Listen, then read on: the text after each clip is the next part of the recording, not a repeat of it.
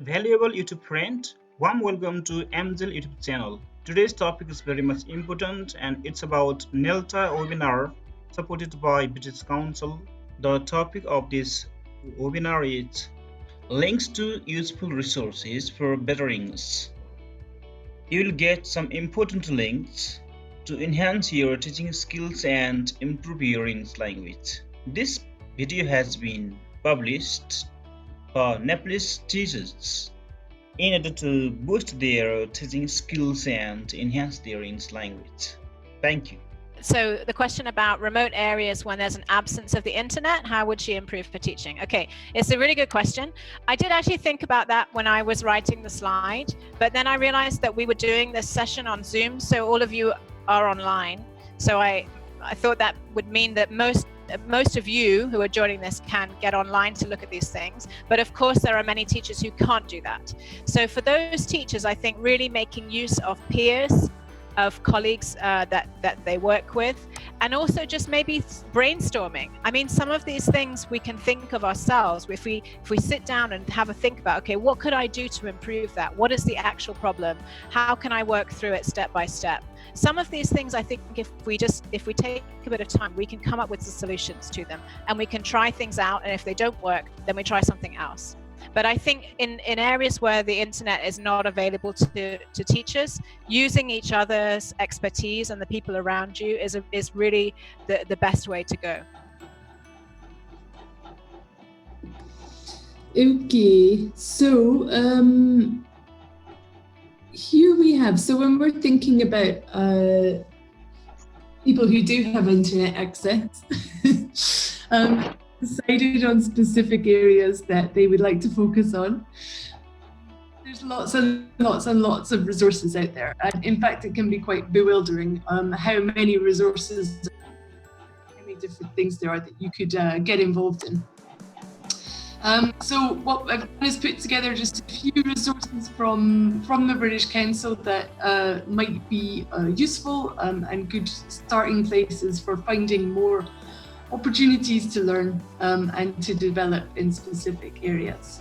So obviously we have the Stay at Home, Continue to Learn webinar series in Nepal in partnership with NELTA. So if you go to that particular website, you can see the full list of all of the different webinars, and they're obviously a great way to continue to learn. Then we have the Teaching English Facebook page. So if you need an opportunity to kind of consult with other teachers, but also want to feel like you are part of a community, this is a huge community of teachers. It's 4 million teachers from across the world who are part of that community, and it's constantly updated with different very relevant materials, either for learners or and then the Teaching English website that goes with it. So there you can find, if you think back to the CPD framework and all the professional competencies that are there in the teaching competencies, you can find resources which relate specifically to those. So there's lots and lots of really useful stuff there. And then there's a specific page on there which is for this current COVID-19 scenario, helping teachers with getting online, but also helping teachers who are in kind of more remote areas to access information and ways of reaching their students. So lots and lots of resources there. Obviously Twitter to get lots of updates on what's happening. And then we've got MOOCs, which are massive open online courses. I don't know if anyone's ever done one of those, but they're free online courses. They're usually 3 to 4 weeks in length. A great way to meet teachers from other places, but also a great way to learn. And there's lots and lots of topics. So there's I think there's 4 different British Council ones that are coming up, but there's a huge wealth of thousands and thousands of different MOOCs that you could be taking part in for whatever kind of area you'd like to develop. And then if you want to focus on that kind of developing your subject knowledge part, You might want to work on your English language levels. There's lots and lots of resources out there to help you to improve your English language levels on the Learn English site. And now there is also a level check there. So you can go in and do a little test, understand something about your level, and then find resources specific to whatever area you'd like to work on there. So even if you don't want to or don't feel that you need to improve your English language levels, it's certainly great for students as well. Okay, Amy, I may have to stop sharing and come back, but just, talk amongst yourselves. So I'm just going to talk you through some specific resources that we have available. And just before I start with that list, I just thought, actually, I was thinking about the question about teachers in remote areas or teachers who don't have access to the internet for one reason or another. I know that the British Council Nepal team is looking at sending out SMS and looking at how they can do that as an option for teachers. So that might be something to keep an eye on if it's something that maybe you could participate in. Maybe we'll hear more from the British Council in Nepal about that. Can you put it on slideshow? Yeah. Okay, so in terms of specific resources then, so Liana has mentioned some of our websites, Teaching English and Learn English, for example. They have various webinars and things, events that are happening, but they also have some specific resources. So if you look at the top one there, that is a page on the Teaching English website, which has a list of resources, content, ideas, specifically for teachers working remotely with their learners, for example, during the COVID-19 crisis. So I highly recommend having a look at that. And if you just look a little further down the slide, one of the things that you'll find there is a series called Remote Teaching Tips. And this is a series of, it's currently 14 documents, 2-page documents, so short and snappy, which are aimed at teachers to help them with all sorts of different types of remote teaching. So whether you have teachers who are able to get online with their learners, or if they have absolutely no access to the internet, but they could contact them via SMS or via the phone, perhaps through social media if they have some internet access, or WhatsApp. There are some really useful practical ideas and guidance in that series. As I said, there are 14 at the moment, but there will be up to 30 over the next coming weeks. It's brand new. It's on the basis of this current crisis that we're dealing with. So if you are interested to look at a whole range of technologies, I would have a look there.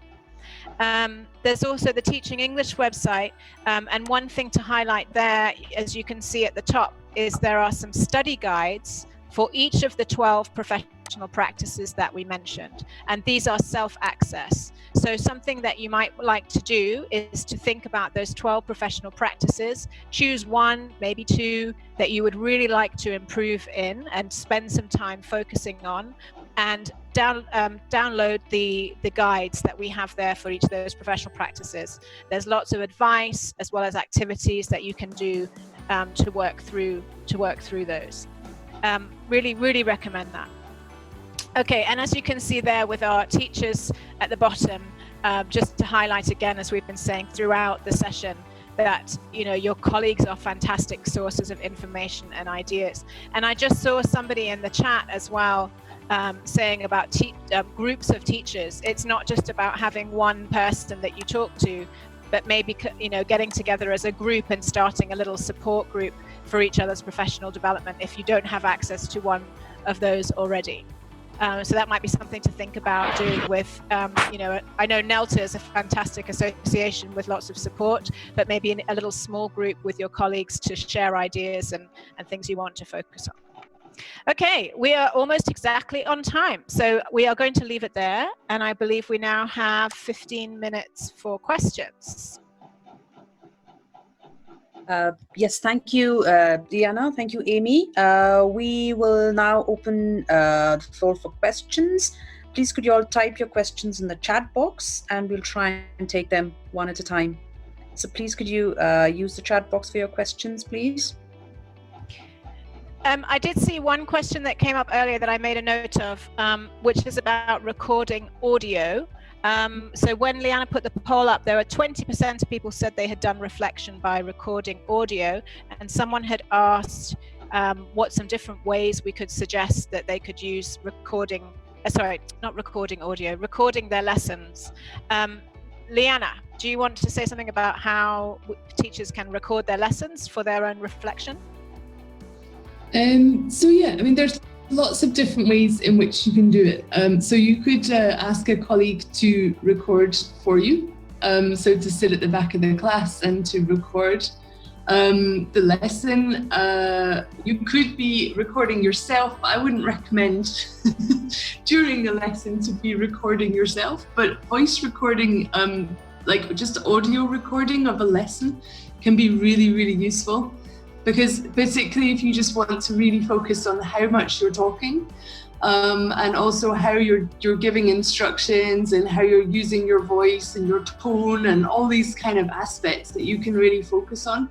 And sometimes that kind of taking away from the visual can help you to really focus on that part. And then, yeah, having a look at the video afterwards, looking at how you are interacting with the students. And then, yeah, in the same way that you would do with, let's say, a peer observation or a formal observation, that you have certain areas that you're trying to focus on when you're watching the recording or listening to the recording. And then you can use that as a way, as sort of building block to understand what areas you want to focus on. That's it. I'm trying to see if there are any questions. Okay, Amy, some of the teachers are not interested in professional development activities. What do we do with them?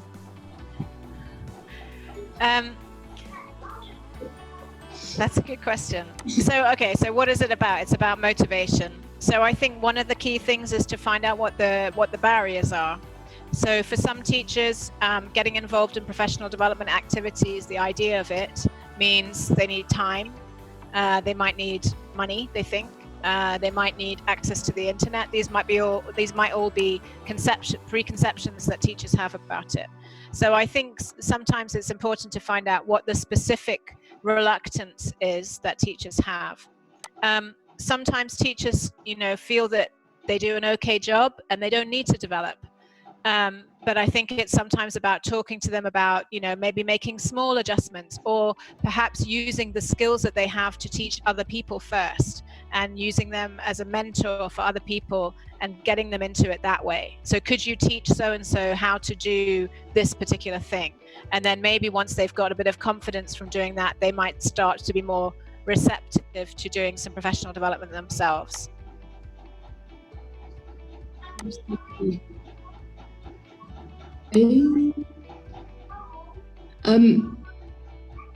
There's one question here that's quite kind of specific. I've lost the question there. No. Okay, let me see. So what was it? Do you have any idea how to incorporate the lessons and templates and worksheets in tune with the Nepali curriculum? You could respond on some of the work that we've been doing around. Yeah, I was just taking that question down. I mean, I think that even earlier when you mentioned, Amy, about the Teaching English website, we did have a couple of comments saying that on the Teaching English website is very difficult to contextualize it, to the Nepali context and adapt it. So maybe something that I'd like to tell everyone on this chat is we had an app, the Teach app, which was very Nepali context specific, which has lesson plans related to the Nepali context. We are currently reviewing that mobile app, and in about end of May, we should be able to relaunch it. So we'll let all of you know, of course. That app will kind of have very Nepal specific lesson plans and examples and samples which you can use. And probably one thing that we'll also keep note is maybe in one of the webinars for June or July, maybe we can actually look at ways of adapting lesson plans that already exist and kind of make it and contextualize based on our curriculum. So we've taken down that I've taken down that as one of the expectations for our future webinars. Maybe we can think of that as a topic. Yeah, just to add to that, I think, I think contextualizing resources, I think it's the responsibility of the people who make the resources, but also the people who use the resources, because no resource that you get from outside your own context, wherever you are, is going to be perfect. So I think it's about looking at it and seeing, what is it that's not right here? What can I change? And then sometimes it might be that it's not actually about the content that's being taught, but the way it's being taught, and some ideas for, the approach or the activity you might use with completely different content. So it might be a reading text, which is about something that is totally inappropriate for your students, but the way they approach the reading text is something you could do with a text which is appropriate. So I think it's about being clever, about seeing what is okay, what is not okay, and then not being scared to adapt and change things to make them suitable for you. Emiliana, I think there's a question here. What is the best way of self-reflection? I mean, do you think there's one specific way? Do you think there's a best way to do self-reflection? I think it's very personal to different people. And I think it's something that, I think it's something that we do all the time anyway. It's very rare that you'd find a teacher who would walk out of a classroom and never think about the lesson that they've just taught again. Just erase it from their memory. So I think we're always reflecting. We always would walk out feeling like that went well or that didn't go well. And it's just a little bit more about formalizing that and then finding a way to do that in a way that works for you. So like I was saying there's lots of different ways that you can do self-reflection. And if you really like sitting down and you're a diary writer kind of person, then that's a great way to do that kind of reflection. But some people are not like that. And so it's about finding the thing that really works for you and you feel really comfortable being able to use. And that you're kind of able to express freely what you felt about what you've just done, and that's going to be different for everyone, I think. There's another question related to reflection. Is there any particular type of questions you can ask your students so that you can get honest feedback from them? Yeah, I think it's a really, really interesting question and a really tough one. But yeah, getting honest feedback can be, I think what's worked well for me in teaching is just asking very simple little questions about the class, not saying, please tell me everything that went well or didn't go well in that lesson, but more like, an overall, how did you feel about the lesson? Did it work for you? What's one thing that worked well for you? One thing that you learned in that lesson that you think you'll use in the future? Some things that I think it's really important that whatever questions you're asking are non-confrontational. So you don't want to put students in kind of an awkward situation where you're asking them to say something. So it's like being really thoughtful about the type of questions you ask as well. Amy, do you want to say something? It looks like you do. That was my thinking face. I would just add, I totally agree with what you said. I think the only thing I would add is that sometimes it's about how it's building on what you said, it's about how you frame the question. So I think sometimes saying things like, if you're worried that your students are not going to want to criticize, for example, or the opposite, they might be too critical, you could ask them to tell you what they liked about the lesson and what would make it even better. So you can frame the question in that way that would make it seem less negative, but still give them an opportunity to tell you about things they would like to do differently.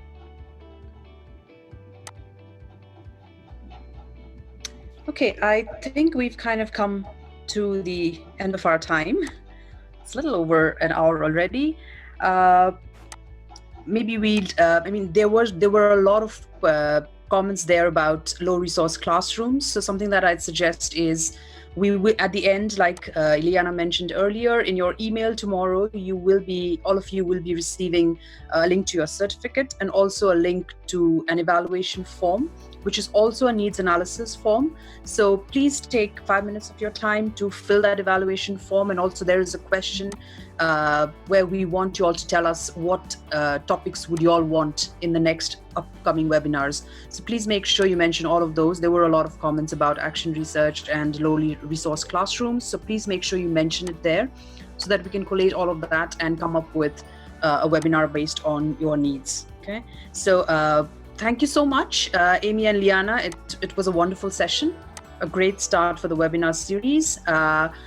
We will be sending out the copy of the recording of the webinar as well, where you can access all this information. And separately, we'll send you a document with all the hyperlinks that our presenters shared today. Okay, so thank you so much. I think we'll end there then. Thank you so much, NELTA, the executive committee. I'm sure you all are still on the call. And for our next webinar, we have a next webinar on Friday. So make sure you all do click on the schedule and register for the next webinar as well. Please follow our British Council website for further information on that. Thank you so much, everyone. Have a nice evening. Thank you. Thanks, everybody. Bye-bye. Thank you. Thank you. Thank you so much. Thank you very much. Thank you so much. Thank you. Thank you.